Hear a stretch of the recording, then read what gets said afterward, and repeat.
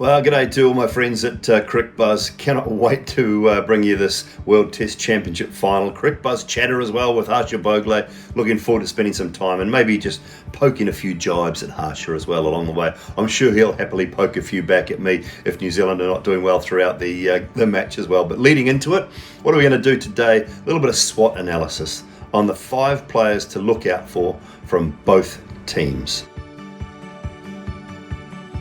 We're going to start with one of the new sensations in this New Zealand side in the last 12 months, and that is Kyle Jamieson. 6'8", tall, swings it, bowls at reasonable pace as well, around about that 138 kilometre mark, and he has been dangerous. He was really good against India in New Zealand.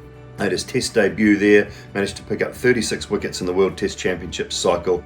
He's picking them up at a great rate as well. He just started to get used to that Duke's ball, I think, a little bit in Lords in that first Test match between New Zealand and England, and he will pose all sorts of problems. The one thing about Southampton is it usually has reasonable pace and bounce, and if it's got a little bit of that, Kyle Jamieson will certainly exploit it and look to ruffle some feathers. It's the bounce that's the concerning thing, and that'll be what the Indian batsman will be worried about. Young, exciting talent. I love it. I love watching young, exciting talent. We see it time and time again through the IPL, and this bloke has come through IPL and now an absolute superstar in Indian cricket, and that's Rishabh Pant. Love watching him bat. Absolutely love the way he plays the game. Who can forget those innings in Australia as well, where he just stood tall. He stood tall.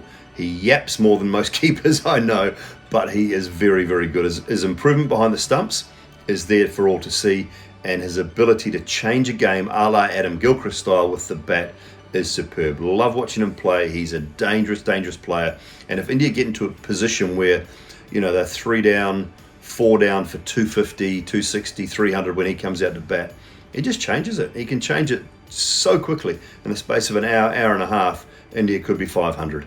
And that's the sort of talent that Rishabh Pant has. So New Zealand will have to be very wary of his ability to score quickly and just change the game and take the game away from you.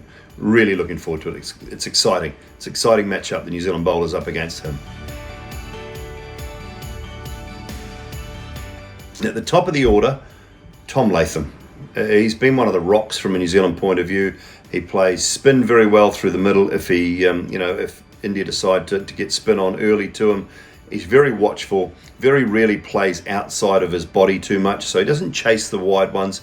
Plays down the ground nicely, plays the short ball relatively well, and is a great, great man to have at the top of the order from a New Zealand point of view. That's Tom Latham. Virat Kohli, can't talk about the top 5 without talking about the skipper. Leads. He's a leader. He's the first one out of the trenches. He wants to fight. He wants to be in the game, and he wants to win. And he wears his heart on his sleeve, and I love that about Kohli. He gets that team and he says, boys, follow me. You know, follow me. We're going to be in the fight. We're going to be in their faces and we are going to compete. Not only that, he shows it with the bat. Time and time again, he just churns out the runs. He's an absolute gun, and he is the one wicket that every New Zealand bowler will be just absolutely gunning for. 877 runs at 43. Last international century, though, came in November 2019. That'll be the one area that New Zealand might just look to exploit, might look to put a little bit of pressure on, but he's a genius. He's a great player, and he's one that, you know, New Zealand are certainly going to have to be very wary of.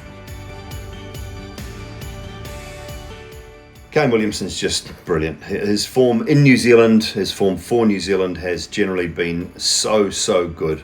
And to me, he is going to be one of the huge keys. He plays spin beautifully.